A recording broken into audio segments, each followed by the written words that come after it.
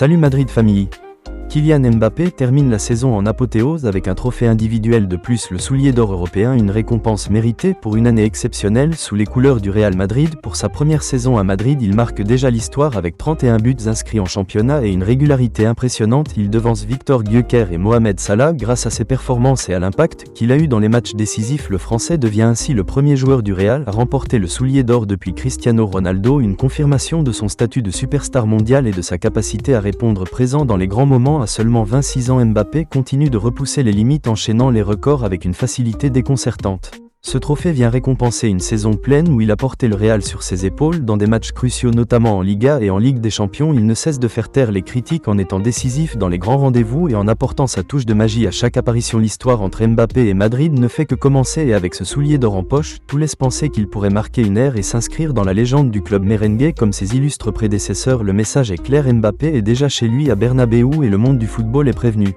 C'est désormais officiel, Álvaro Carrera va devenir un nouveau joueur du Real Madrid. Après des semaines de rumeurs et de spéculations, tout s'accélère enfin du côté de la capitale espagnole. Le jeune latéral gauche espagnol a disputé hier son tout dernier match avec Benfica en finale de Coupe du Portugal, un match perdu mais qui marque surtout la fin d'un chapitre et le début d'un rêve pour lui, celui de porter le maillot blanc du plus grand club du monde. Le Real Madrid va lever sa clause libératoire fixée à 50 millions d'euros et lui offrir un contrat de 5 ans, une preuve de la confiance totale que le club place en son potentiel et en sa capacité à s'imposer dans l'effectif de Carlo Ancelotti ou peut-être de son successeur. Carrera est jeune, rapide, agressif et très technique. Il a séduit les recruteurs madrilènes depuis plusieurs mois déjà, et après avoir été suivi de près lors de ses prestations en championnat portugais, le club a décidé de passer à l'action. L'annonce officielle devrait tomber en fin de semaine et les supporters madrilènes peuvent déjà se réjouir d'une nouvelle recrue pleine d'avenir. Le Real Madrid construit peu à peu son futur et Carrera en fera partie. C'est l'information que personne n'avait vu venir. Rodrigo ne sera pas convoqué avec le Brésil pour la prochaine trêve internationale. Pas de blessure, pas de suspension, rien, juste un mot terrible: épuisement total physiquement et mentalement. Le joueur du Real Madrid est officiellement à bout, une décision prise d'un commun accord entre Carlo Ancelotti, le staff médical du Real et la fédération brésilienne. La pression, les matchs, les voyages, les critiques, le poids d'être un cadre à Madrid à seulement 23 ans ont explosé son mental. En silence, Rodrigo jouait avec le feu. Chaque match, chaque minute devenait un effort surhumain. Aujourd'hui, c'est terminé. Le corps a dit stop, la tête a lâché. Rodrigo disparaît temporairement de la scène mondiale pour éviter le pire, car oui, on parle bien ici d'un burn-out, d'un effondrement complet. Derrière le sourire discret du joueur se cache une souffrance réelle, une usure profonde, un ras-le-bol absolu. Madrid tremble, le Brésil s'alarme, car perdre un joueur aussi jeune, aussi talentueux dans un tel contexte, c'est une alerte rouge, une onde de choc qui dépasse le football. C'est le début d'une crise intérieure pour un joueur que tout le monde adore.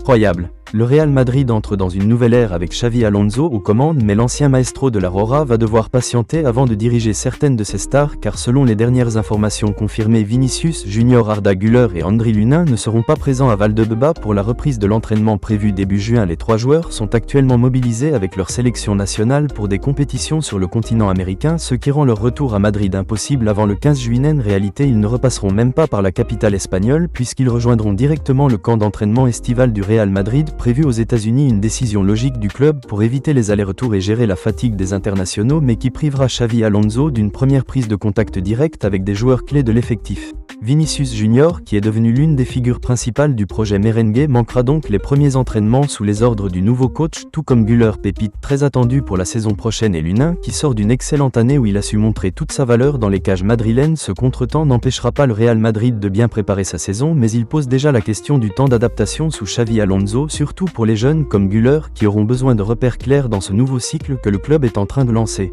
Le Real Madrid se prépare à accueillir l'un de ses jeunes talents les plus prometteurs, Dean Huijsen. La semaine prochaine, le club organisera une présentation officielle pour ce défenseur central dont le potentiel fait déjà beaucoup parler. Huijsen est considéré comme une pépite rare grâce à ses qualités techniques, sa vision du jeu et sa capacité à lire les actions défensives. Cette présentation sera l'occasion pour les supporters et les médias de découvrir de plus près ce joueur appelé à avoir un grand avenir sous le maillot blanc. Le club mise beaucoup sur lui pour renforcer sa défense dans les années à venir et ce moment marquera le début officiel de son aventure avec l'équipe première, une étape clé pour Dean Huijsen et pour le Real Madrid qui continue d'investir dans la jeunesse et la formation de ses futurs champions.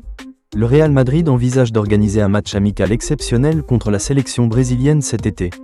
Cette idée vient directement de Carlo Ancelotti, l'actuel sélectionneur du Brésil et ancien entraîneur du Real Madrid.